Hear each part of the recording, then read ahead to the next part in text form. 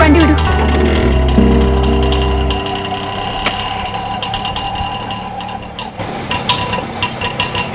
സാറിനെ കാണാൻ ഒരു സ്ത്രീ വന്നിരിക്കുന്നു.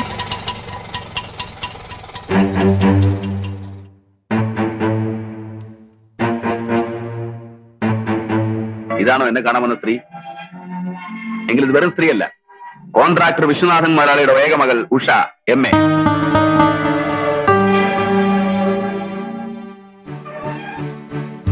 ഇനി ഇവളെ പരിചയപ്പെടുത്താം. സീത. നാട്ടുകാരും വീട്ടുകാരും വെറുത്ത, സ്നേഹിച്ച പെണ്ണുപോലും ഉപേക്ഷിച്ച ഈ കൊലയാളിയെ ഇവൾ സ്വീകരിച്ചു. കിടക്കാനൊരിടം തന്നു, പിന്നെ പിന്നെ എല്ലാം തന്നു.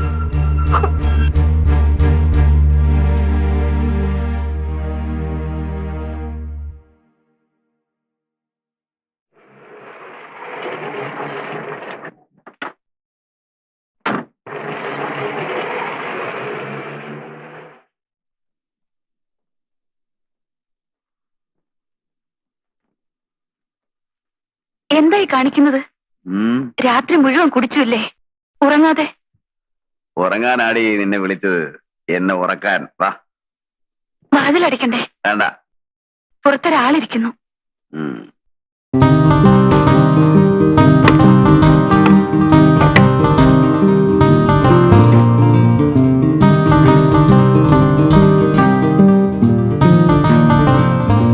ആദ്യം നീന്താടി ഇങ്ങോട്ട് വരില്ലെന്ന് പറഞ്ഞത്? അതെ, ആ ഇല്ലം അവിടെയുള്ളവരെല്ലാം എനിക്കറിയാം. അവര് കാണ്ടാച്ചിട്ടാ. ഓ, എന്താടി കണ്ടാല്? നാണവും മാനവും കണ്ട നിനക്ക് പേടിയോ? സാറിന് മനസ്സിലാവില്ല. ജാതിയിൽ താഴെയാണെങ്കിലും മുമ്പാ ഇല്ലത്തെ ഒരംഗം പോലെ കഴിഞ്ഞവളാ ഞാൻ.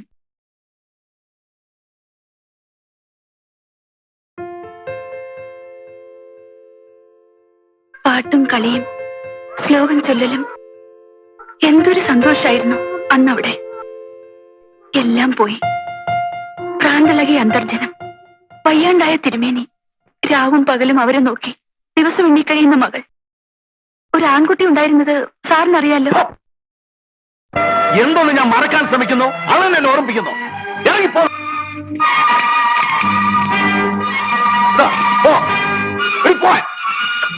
സാർ, ഈ പാതിരയ്ക്ക് ഞാൻ നേരം വെളുത്തിട്ട് പൊയ്ക്കോളാം. അതുവരെ ഇവിടെ പുറത്തെവിടെയെങ്കിലും പോയി കിടക്കടി.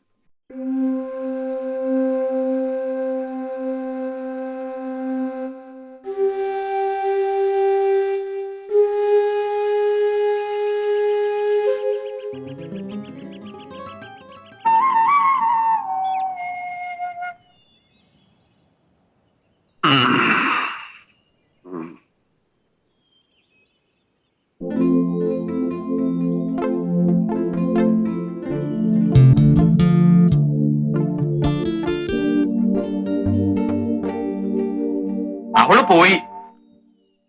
ഇവിടെ നിന്നാ കുളിച്ചു മാറിയത്.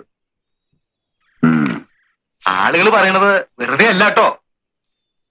അവള് പിഴയാ, പോലീസ് സേവക്കാരിയാ. പാട്ടി ഒരപേക്ഷയുണ്ട്. തനിച്ചാവുമ്പോ എന്താ അച്ഛാ വിളിച്ചോളൂ, പട്ടീന്നോ പൂച്ചയെന്നോ. പക്ഷേ ആളുകളുടെ മുമ്പിന്ന് തിരുമേനിന്ന് എന്നെ വിളിക്കണം കേട്ടോ. തന്റെ മേനി കണ്ട അങ്ങനെ തോന്നണ്ടേ? കഷ്ടാണേ. എപ്പോഴാ അവള് പോയത്? ഇപ്പോ ഇല്ലത്തേക്കാ. രാധയുടെ പഴയ കൂട്ടുകാരിയല്ലേ, അവിടെ നിന്ന് ഡാൻസ് പഠിച്ചിരുന്നു മുമ്പ്. രാധ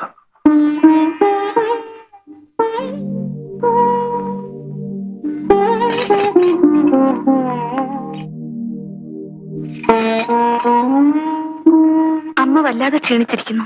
എന്താ ചെയ്യാ, ആശുപത്രി കൊണ്ടുപോയിട്ട് കാര്യമില്ല. അവർ തച്ചു കൊല്ലേ ഉള്ളൂ. എപ്പോഴെങ്കിലും ഒന്ന് അഴിച്ചു വിട്ടാൽ വെട്ടുകത്തി എടുത്ത് പുറത്തേക്ക് വിടും. കൊല്ലും എന്ന് പറഞ്ഞു. അച്ഛൻ തിരുമേനി എവിടെ?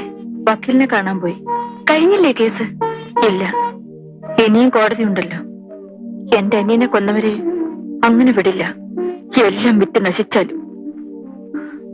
ആ അതിരിക്കട്ടെ, സീത ഉടനെ ഇത്ര കാലത്തെ? ഞാൻ അമ്പലത്തിൽ പോയിരുന്നു. ഇരിക്കെ, ഞാൻ കാപ്പി ഇട്ടുകൊണ്ട് വരാം. എനിക്കൊന്നും വേണ്ട. എത്ര കാലമായിട്ട് കണ്ടിട്ട്? ഞാൻ പെട്ടെന്ന് വരാം.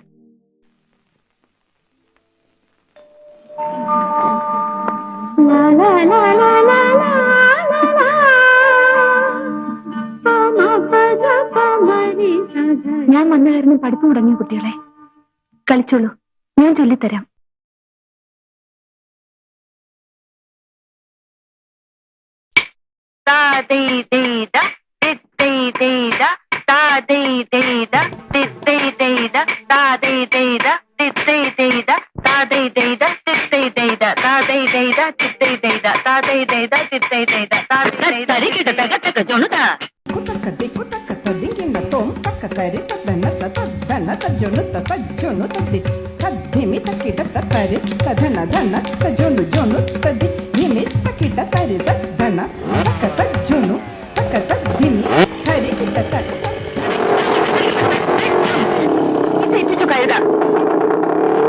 വായിക്ക്, ഇനി ഇവൻ കൊട്ടിയ ശരിയാവില്ല. വന്നിരിക്കുന്ന കൂട്ടുകാരൻ ചെല്ല്.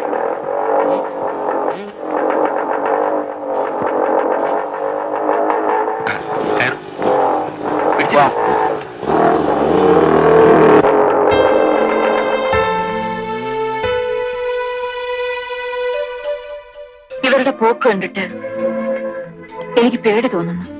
കുട്ടികളാവുമ്പോ ഇത്തിരി കുസൃതിയൊക്കെ വേണ്ടേ? ഇത് കുസൃതിയല്ല. നീ കരയാണോ? വെറുതെ ഓരോന്ന് ഓർത്തിട്ടാ. അങ്ങനെ മറക്കാൻ പറ്റുമോ സേറ്റ്? എനിക്ക് എന്റെ ഉണ്ണിയെ, എന്റെ അനിയനെ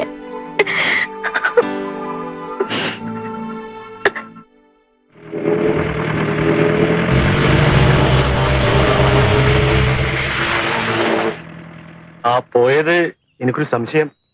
സംശയിക്കേണ്ട വാസു, ബലറാം സാർ തന്നെ. കരടി പിടിക്കുമോ നമ്മളെ?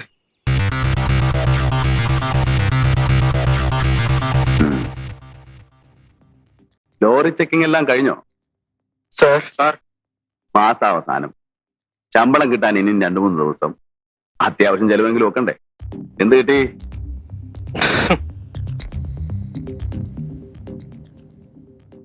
എന്താ തന്റെ പേര്? ഇനി അങ്ങനെ ചെയ്യില്ല സാർ. പേര് പറയണോ? വാസു. സംശയം വാസു എന്ന് ചിലർ. കൃഷ്ണൻ, ഉമ്മർ. അറിയാം, താനല്ലേ ഇവരെ അയച്ചത്. വാസുവിന് എത്ര കുട്ടികളുണ്ട്? 3, 4. അതിലും സംശയമാണോ? 3 പേര് പുറത്ത്, ഒരാള് ലോക്കപ്പിലാണ്. അപ്പൊ ചെലവ് കൂടും. കൈക്കൂലി വാങ്ങിക്കാതെ കിട്ടുന്ന ശമ്പളം കൊണ്ട് ഒരു പോലീസുകാരൻ ജീവിക്കാൻ സാധ്യമല്ല. എടോ, കൊള്ളയടിക്കണമെങ്കിൽ പഴയ കായങ്ങളും കൊച്ചുണ്ണി പോലെ വേണം. ഉള്ളവന്റെ കയ്യിൽ നിന്ന് പാവങ്ങളുടെ കീശ തപ്പരുത്. എടുത്തോ. സാർ, ഒരു സംശയം. സാറിന് ഇതിന് വല്ല ഷെയറും ചേർക്കുന്നു?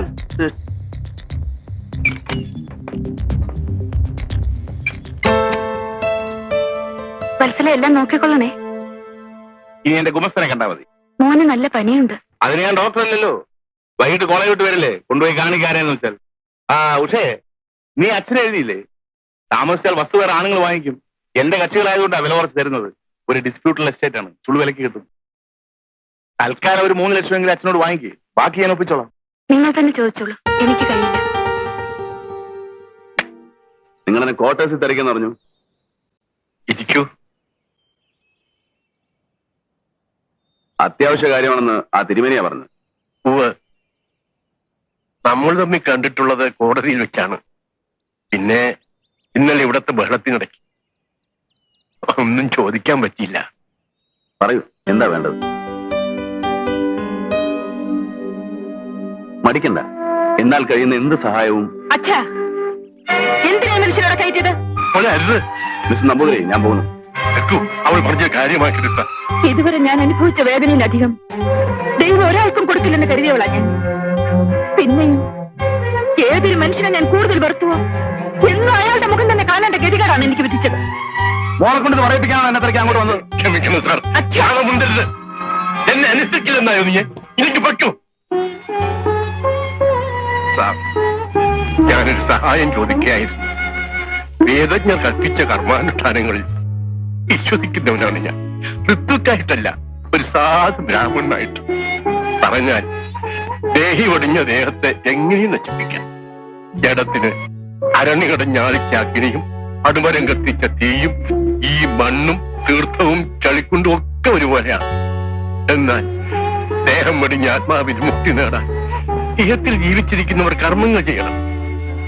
ഈ സാധു ബ്രാഹ്മണൻ സാറിനോട് യാചിക്കുന്ന ഭിക്ഷ അതാണ്. എന്റെ മകന്റെ ആത്മാവ് ഗതി കിട്ടാതെ അറിയാതിരിക്കാൻ അന്ത്യകർമ്മങ്ങൾ ചെയ്യണം. പറയൂ സാർ, എവിടെയാണ് അവന്റെ ദേഹം നശിപ്പിച്ചത്? എനിക്കറിയില്ല. എവിടെയാണ് അവന്റെ അവശിഷ്ടങ്ങളുള്ളത്? ഒരു കരുണ അസ്ഥിയോ ഒരു തുള്ളി ചാരമോ തരും? എന്നോട് ചോദിക്കരുത്. ഇല്ലെങ്കിൽ ഈ മുട്ടന്റെ ശാപം തനിക്ക് കേൾക്കും.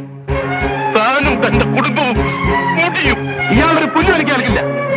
അവനെ ചുട്ടതും കരിച്ചതും കയത്തിൽ കെട്ടി താഴ്ത്തതും ഞാനല്ല. ഞാനല്ല, ഞാനല്ല, ഞാനല്ല.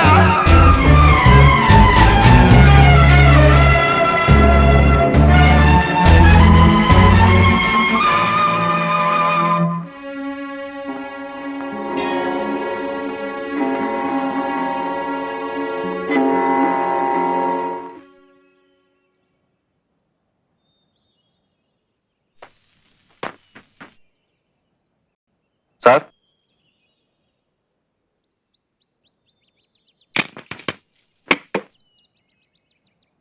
ആ, ഞാൻ ശ്രീനി. മനസ്സിലായി? വിപ്ലവ പാർട്ടിയല്ലേ? ഇരിക്കെ. ഇപ്പോ സ്പെഷ്യൽ കറസ്പോണ്ടന്റ് ആണ് പ്രതാപം കലാവാരികയുടെ. കലാവാരികയോ? കലയേക്കാൾ കൊലയുമായിട്ടല്ലേ തനിക്ക് കൂടുതൽ ബന്ധം? ഒരു പാവം പോലീസുകാരനെ വെട്ടിക്കൊന്ന ആ ചോരയിൽ കൈമുക്കി ചുവരിൽ പതിപ്പിച്ചവനല്ലേ നീ? ആ കാര്യം ഓർമ്മിപ്പിക്കരുത് സാർ. ഞാൻ ആ പ്രസ്ഥാനം വിട്ടു. പിന്നെന്താ ഇങ്ങോട്ട് വന്നത്? വാരികയിൽ തുടർച്ചയായി എന്റെ ഒരു ഫീച്ചർ ആരംഭിച്ചിട്ടുണ്ട്. തടവുകാരുടെ അവശത, ജയിൽ പരിഷ്കരണം.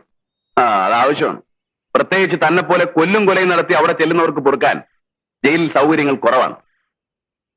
ജയിൽ ഈ സുഖം പോരടോ. സാർ എന്തായി പറയുന്നത്? തടവുകാരുടെ ബേസിക് നീഡ്സ്. മുഴുപ്പട്ടിണിയായിട്ട് കോടിക്കണക്കിന് ജനം ജയിലിൽ പുറത്തുണ്ടോ? വയർ നിറച്ച ആഹാരം, കിടന്നുറങ്ങാൻ ഉറപ്പുള്ള കെട്ടിടം, കറണ്ട്, റേഡിയോ, പിന്നെ എന്തൊക്കെ വേണം ജയിലില്? പിന്നെ എ സി വേണോ? ടി വി വേണോ?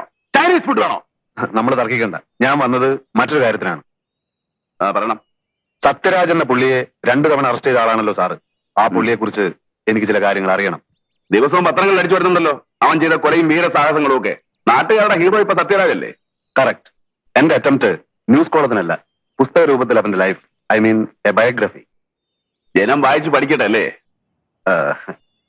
നല്ല മാറ്റർ വേണം. അതിന് സാറിന്റെ ഒരു സഹായം.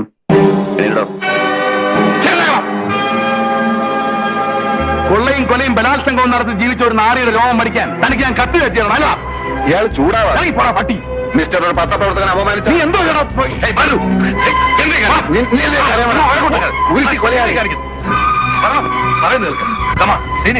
എന്തായാലും ക്ഷമിച്ചുക. ഓട്ടന്നേ സാറിനെ ഞാൻ അനുസരിക്കാം. പക്ഷെ ഇവനെ എനിക്ക് ചെന്ന് ചെയ്യാൻ കഴിയും. പോടാ പോടാ പോടാ. സീനി ഇപ്പൊ പോ.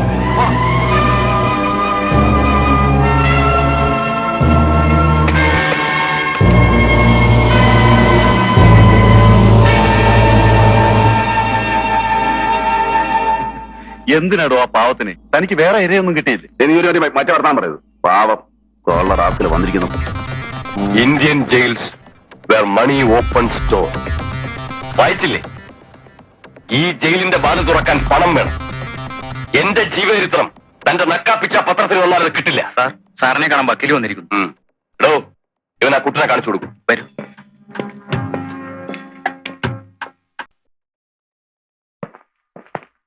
ഏതാ കൂട്ടൻ? കള്ളൻകുട്ടൻ. ഇവിടുത്തെ സ്ഥിരം പുള്ളിയാ. ഇന്നോ നാളെ വിടും. ആ, ഇതാ പുള്ളി.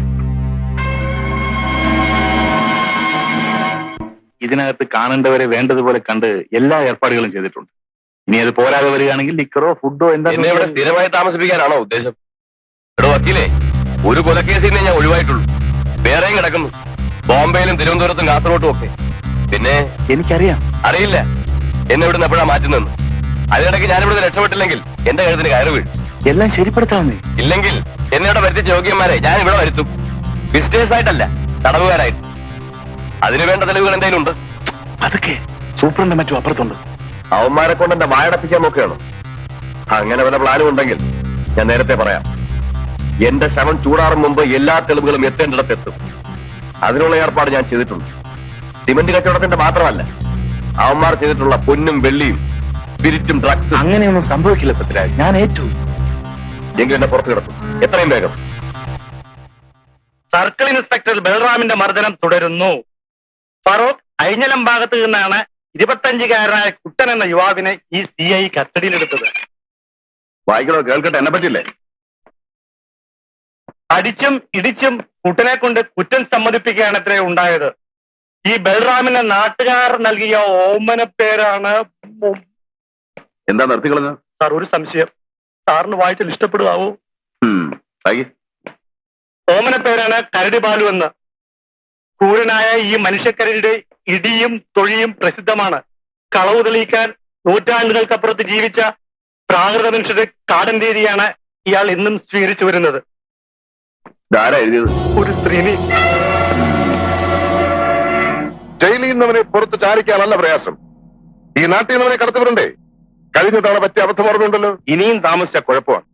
മറ്റു കേസുകളിൽ നിന്ന് സത്യരായനെ രക്ഷപ്പെടുത്താൻ നമുക്ക് കഴിയില്ല. ബോംബെക്കോ മറ്റോ കൊണ്ടുപോയാൽ പിന്നെ അപ്പൊ എന്ത് ചെയ്യും വിൻസെന്റ്? അവനെ ഉടനെ ജയിലിൽ നിന്ന് പുറത്തിയാടിക്കണം. ബാക്കി കാര്യങ്ങൾ നമുക്ക് പിന്നെ ആലോചിക്കാവുന്നേ. ആദ്യം അത് ആലോചിക്കണം മിസ്റ്റർ. പുറത്തു വന്നാൽ ഉടനെ അവനെ പുറം രാജ്യത്തേക്ക് അയക്കാൻ ഒക്കുമോ? ഷിപ്പിലായാലും പ്ലെയിനിലായാലും സൂക്ഷിച്ചു വേണം ചെയ്യാൻ. പ്രോപ്പറായി പ്ലാൻ ചെയ്യാതെ പറ്റില്ല. അതുവരെ സത്യരാജൻ എവിടെ താമസിപ്പിക്കും? അതെനിക്കറിയില്ല. നിങ്ങൾ എങ്ങനെ ഒഴിഞ്ഞു മാറരുത് മിസ്റ്റർ ജയചന്ദ്രൻ. നമുക്കിടയിൽ വക്കീലും കക്ഷിയും തമ്മിലുള്ള ബന്ധം മാത്രമാണ് ഉള്ളത്. ആണോ?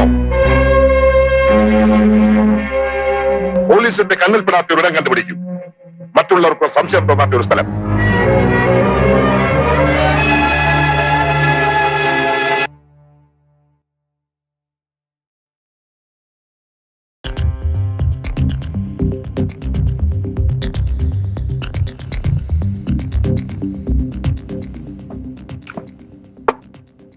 സാർ, ഒരു സംശയം. ഇതിന്റെ കാശ് ഞാൻ കൊടുക്കും.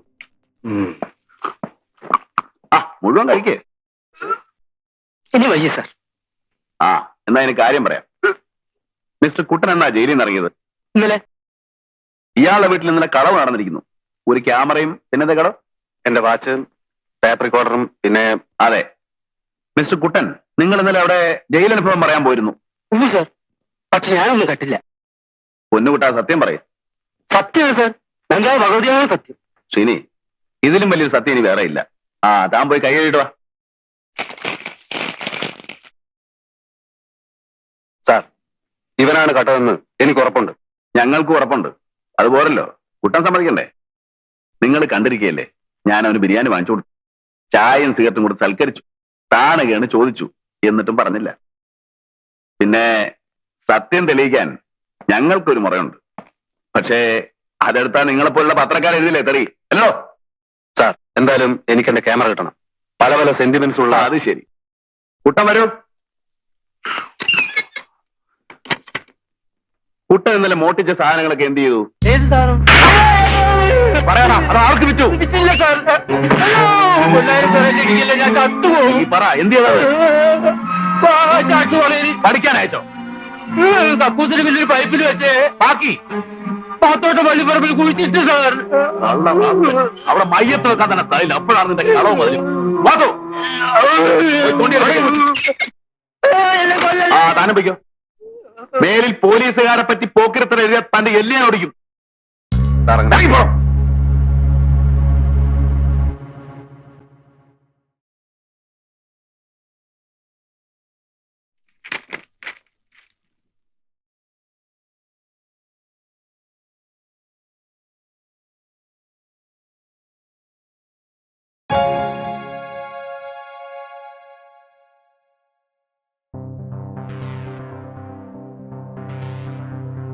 നിർമ്മൽ, ആ പുസ്തകം തരൂ. എന്നിട്ട് എഴുതാൻ ടീച്ചർ പറഞ്ഞു തരൂ.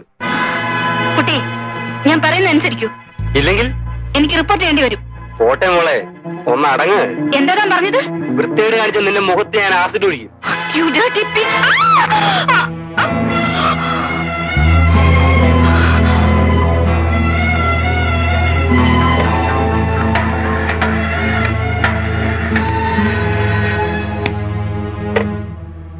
പോലീസ് സ്റ്റേഷൻ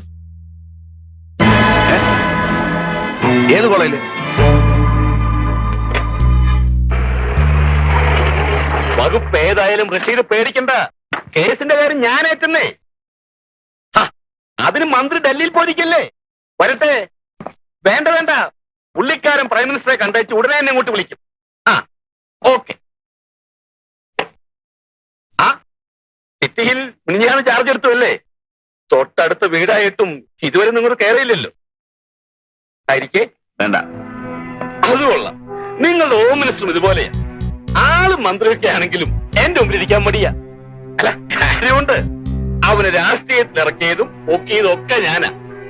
അതിരിക്കട്ടെ, കുടിക്കാൻ എന്താ എടുക്കേണ്ടത്? കാപ്പിയോ ചായയോ അല്ലെങ്കിൽ? ഒന്നും വേണ്ട. അത് പറ്റില്ല. ആദ്യമായിട്ട് എന്നെ കാണാൻ വന്നിട്ട്. അത് ഞാൻ നിങ്ങളെ കാണാൻ വന്നതല്ല. പിന്നെ മകനെ കാര്യം വിളിക്ക് പറയാം. നിമ്മേ, മോനെ നിമ്മേ.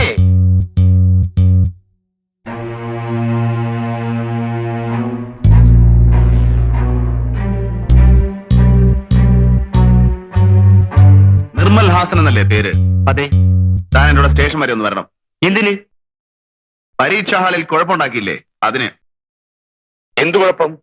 അതൊക്കെ വേണ്ടപ്പെട്ടവർ അന്വേഷിച്ചിട്ടുണ്ട്. കോളേജിൽ നിന്ന് ഞങ്ങൾ വരുന്നേ. പടം തനിക്ക് ഞാൻ ആരാണെന്നറിയോ? അറിയാം.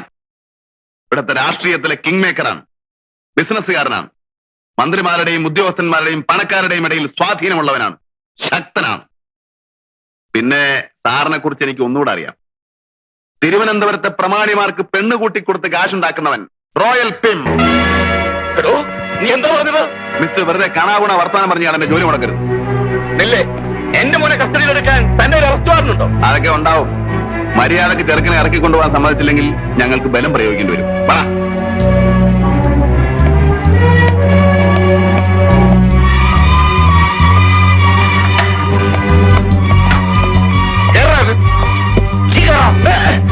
ബീച്ച് വഴി വിടാൻ പറ. സാർ, ഒരു സംശയം. എളുപ്പം സ്റ്റേഡിയം വഴിയല്ലേ? താൻ പറഞ്ഞാൽ എഴുതാ മതി.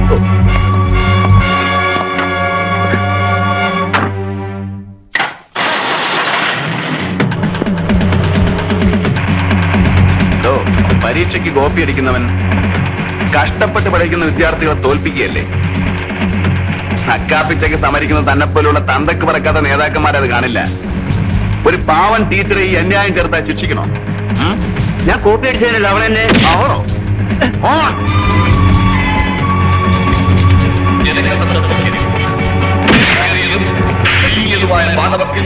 ആരും കൂട്ടം കൂടി നിൽക്കുവാനോ മറ്റു വാഹനങ്ങൾ പാർക്ക് ചെയ്യുവാനോ മാത്രമല്ല, ജനങ്ങൾ റോഡരികിൽ സ്ഥാപിച്ചിട്ടുള്ള ആളുകൾ കൂട്ടം കൂട്ടമായി നിൽക്കരുത്. മാറ്റണം. നിങ്ങളുടെ സുരക്ഷിതത്വമാണ് ഞങ്ങളുടെ സേവന ലക്ഷ്യം. അതിനായി പൂർണ്ണമായി ഞങ്ങൾക്ക് സഹകരിക്കുന്നത്. വാഹനങ്ങളുടെ പ്രത്യേക വാഹനങ്ങൾ പരസ്പരം ആളുകൾ വലതുഭാഗം കൂടി നടക്കണം. ലോറി ലോറി ലോറി അവിടെ മാറണം. ടീച്ചറുടെ മുഖത്ത് നീ ആദ്യം ഒഴിക്കോടാ. ഇല്ല സർ, ഞാൻ പറയുന്ന ടീച്ചറെ കൈ കീറി മുറിക്കോടാ. ഇല്ല സർ, ചെയ്യില്ല. ഞങ്ങൾ നിന്നെ ഇടിച്ച് നീ ആരോടെങ്കിലും പറഞ്ഞു തന്നിട്ട് നാവിയാൻ പിഴർത്തോളി. മനസ്സിലാകണം. വാഹനങ്ങളുടെ മുൻവശത്തും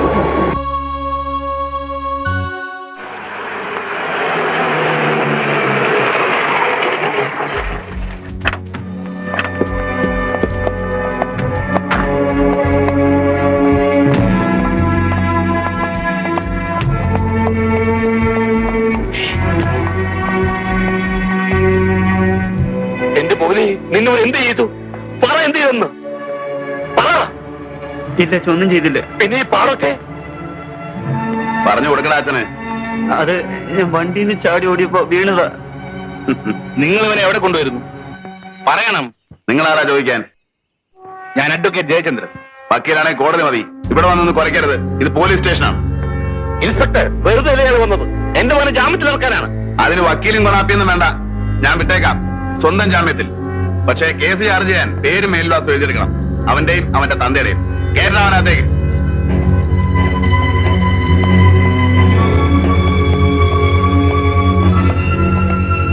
സാറിനോട് കോളം. ഞാനിവിടെ ഇല്ലെന്ന് പറ. തിരുവനന്തപുരത്ത് നിന്ന്. അറിയാം മിസ്റ്റർ. വലിയവന്റെ മക്കളെ പിടിച്ചാൽ തിരുവനന്തപുരത്ത് വിളിക്കൂ. പറഞ്ഞേരി വിട്ടെന്ന്.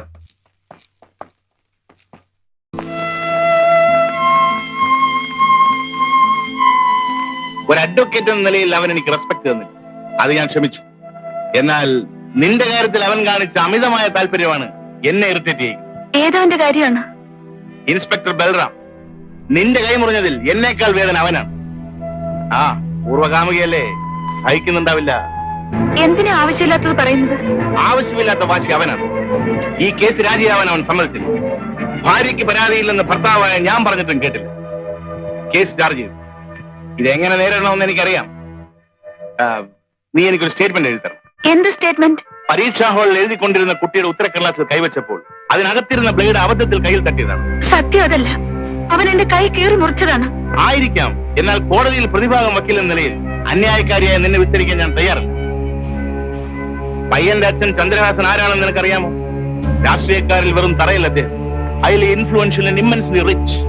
അങ്ങേരുടെ മകനോട് തെറ്റ് ചെയ്താൽ അത് നമുക്ക് അങ്ങ് ക്ഷമിക്കാവുന്നതേ ഉള്ളൂ. ഞാൻ ക്ഷമിക്കില്ല. ഈ കേസ് കോംപ്രമൈസ് ആക്കാൻ ഞാൻ കൂട്ടു നിൽക്കില്ല. You must. ഇതെന്റെ പ്രസ്റ്റീജിയസ് ഇഷ്യൂ.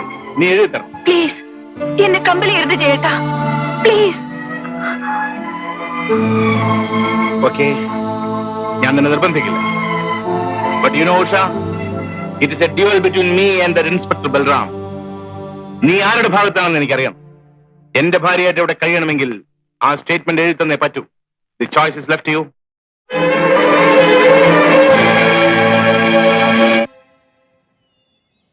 അകത്തുണ്ട്, വിളിക്കാം. ആരാത്? ഇത് വേറെ കിട്ടിയ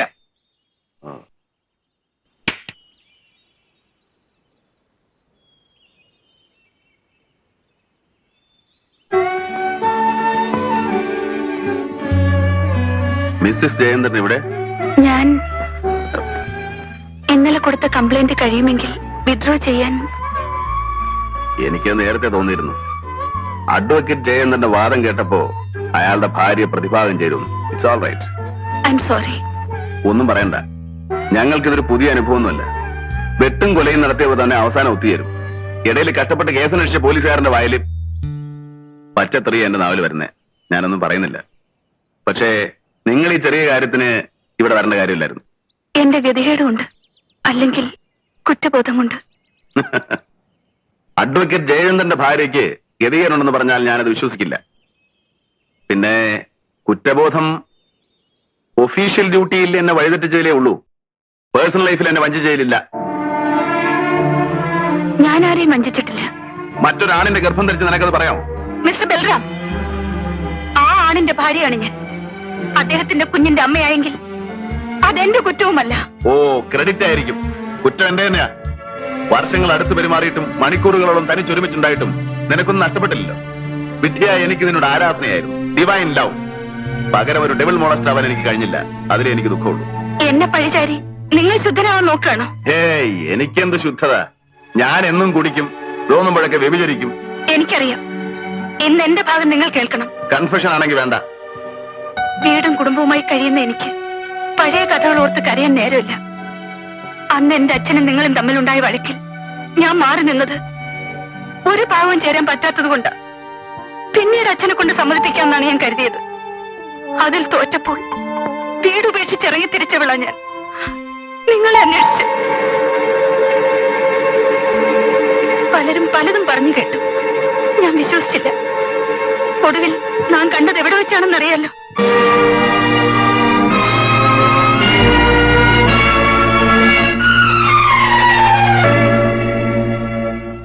ഒരു കൊലയാളിയാണ് നിങ്ങളെന്ന് അറിഞ്ഞിട്ടും എനിക്ക് നിങ്ങളോടുള്ള സ്നേഹം കുറഞ്ഞില്ല.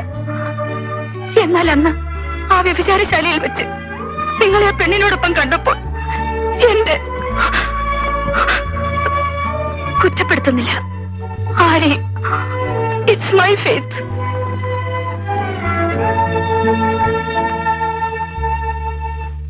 ഉഷേ, ഉഷേ, നീ കോളേജിൽ ജോലി റിസൈൻ ചെയ്തു. ആരോട് ചോദിച്ചിട്ട്? പറ, ആരോട് ചോദിച്ചിട്ടെന്ന്? ചോദിച്ചാൽ സമ്മതിക്കില്ലെന്നറിയാം. അതുകൊണ്ട് ഞാൻ തന്നെ. എന്താ നീ കാണിച്ച ധിക്കാരി? ലക്ഷം രൂപ കൊടുത്താൽ ജോലി കിട്ടും. രാജിവെക്കാതെ ഇനിയും ജോലിക്ക് പോയാൽ സ്റ്റുഡൻസിന്റെ റെസ്പെക്ട് കിട്ടുമോ? അവിടെ എനിക്ക് തല ഉയർത്തി നടക്കാനൊക്കോ? അതുകൂടി ചോദിക്കൂ. കോളേജിലെ കുട്ടികൾക്ക് മുഴുവൻ ഈ സംഭവം അറിയാം. സ്റ്റാഫിൽ പലരുടെയും മുന്നിൽ വെച്ചാണ് പ്രിൻസിപ്പൽ ഞാൻ പരാതി എഴുതി കൊടുത്തത്. അതിനെതിരായി നിങ്ങൾ എന്നെ കൊണ്ട് പറയിച്ചു, സ്റ്റേറ്റ്മെന്റ് എഴുതി വാങ്ങിച്ചു. ഞാൻ ഇനി എങ്ങനെ അവരെ ഫേസ് ചെയ്യും? എന്നെ അപമാനിച്ച കുട്ടിയെ ക്ലാസ്സിൽ എത്തിക്കൊണ്ട് എനിക്ക് പഠിപ്പിക്കാൻ കഴിയില്ല. പിന്നെ ചുമ്മാ വീട്ടിലിരിക്കണം, അത് നടപ്പില്ല. നിങ്ങൾ അതേ പറയൂ. നാണം കിട്ടിയ ജോലി ചെയ്താലും നിങ്ങൾക്ക് ശമ്പളം കിട്ടിയാൽ മതി.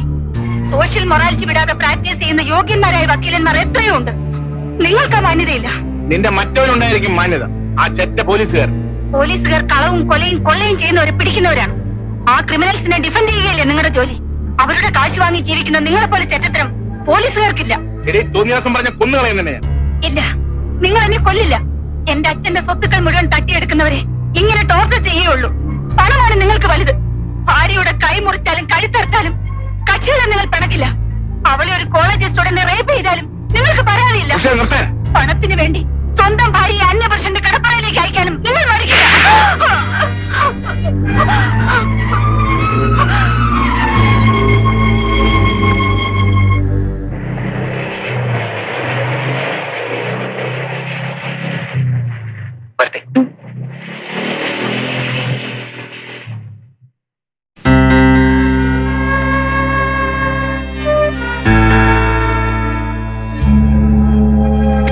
ജ്യോതി, ഈ പയ്യനുമായുള്ള നിന്റെ കൂട്ടുകെട്ട് എനിക്ക് ഇഷ്ടമല്ല. എന്താ ബെന്നിക്ക് കുഴപ്പം? ഇതുപോലെ ബൈക്കിൽ കൊണ്ടു നടന്ന അവനെ ഉണ്ണ നമ്പൂതിരെ ചീത്തയാക്കിയത്. പാലക്കാട്ട് പഠിക്കാൻ പോയി, ഒരുമിച്ച് ഹോസ്റ്റലിൽ താമസിച്ചു. ഒടുവിൽ പെട്ടപ്പോൾ കൂട്ടുകാരനെ കുരുതി കൊടുത്തിട്ട് ഇവൻ മാത്രം രക്ഷപ്പെട്ടു. അപ്പന്റെ പണത്തിന്റെ ഊക്കുണ്ട്. ബെന്നിക്ക് ഇപ്പൊ പോളിറ്റിക്സ് ഇല്ല, വിട്ടു. പോളിറ്റിക്സ് അല്ല ഞാൻ പറഞ്ഞു വന്നത്. പ്രായം തികഞ്ഞ പെണ്ണാണ് നീ. വല്ലതും സംഭവിച്ചാൽ ഞാൻ സഹിച്ചോളാം. എടീ, അതിനല്ല നിന്നെ ഞാൻ ഇവിടെ കൊണ്ടുവന്ന് താമസിപ്പിച്ചത്, പഠിപ്പിക്കുന്നത്. മേലിൽ ഇങ്ങനെ വല്ലതും കണ്ടാൽ അന്ന് നിന്നെ ഞാൻ നാട്ടിലയക്കും. അതാവും ചേച്ചിക്ക് സൗകര്യം എന്നെ ഒഴിവാക്കാൻ. എന്താണ് നീ പറഞ്ഞത്? ഫാദറിക്ക് പുറത്തു പോകാതെ ഫ്രണ്ട്സിനെ ഇങ്ങോട്ട് വരുത്താമല്ലോ ഞാനില്ലെങ്കിൽ. ജ്യോതി,